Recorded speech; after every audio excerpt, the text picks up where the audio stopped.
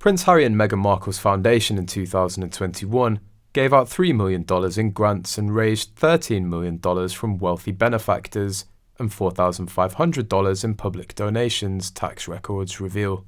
The humanitarian charity has released its latest tax return, which shows it was mostly propped up by two wealthy philanthropists who contributed a combined $13 million whilst taking in a meager $4,470 from the public.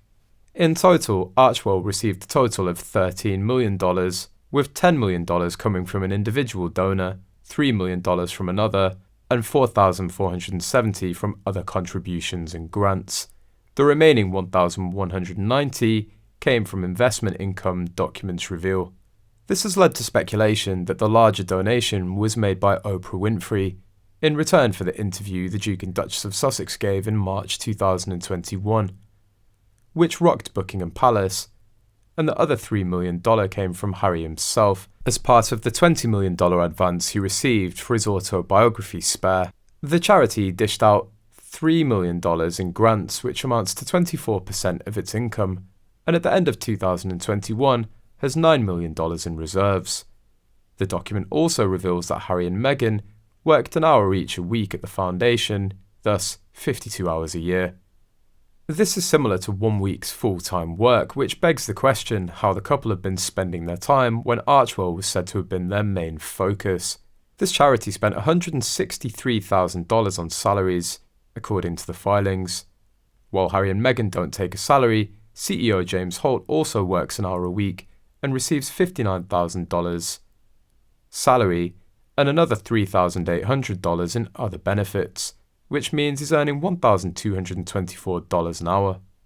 There are two other salaries on the tax return, $40,000 for programme service and $22,000 for management and general expenses. This suggests the charity has three paid staff, one being the CEO, another delivering programmes, and an admin assistant. Since 2018, 16 employees have left the Archewell brand, which is a mix of non-profit and for-profit businesses including Archewell Productions and Archewell Audio. Other expenses on the return total $727,000, including $427,000 on legal fees, $69,000 on conferences, conventions and meetings, and $12,000 on travel. It doled out $3 million plus in grants to 25 US institutions or NGOs, and $183,000 to 3 European causes.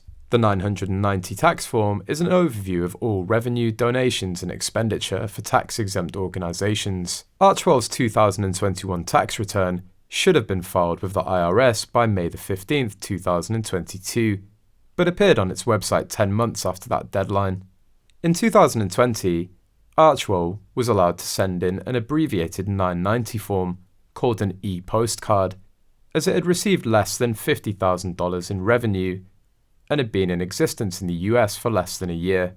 The foundation released its impact report in January, saying it helped pay for 12.6 million COVID-19 jabs around the world, whilst working with anti-poverty charity Global Citizen. Money was also handed to charities supporting refugees from Afghanistan and the Ukraine. There are inconsistencies with their grant giving. They list World Kitchen as a benefactor, but World Kitchen doesn't list them as having received funding for what they claimed. It's being claimed Harry and Meghan Markle have their sights set on becoming self-styled royals in the United States. But Brittany from the Royal News Network has urged King Charles to step in and remind them of their brand. On a YouTube channel, she claimed, they're trying to be royals in the US, and from a brand perspective, the royal family need to be like, we're royal and you're not royals because the brand's too confusing.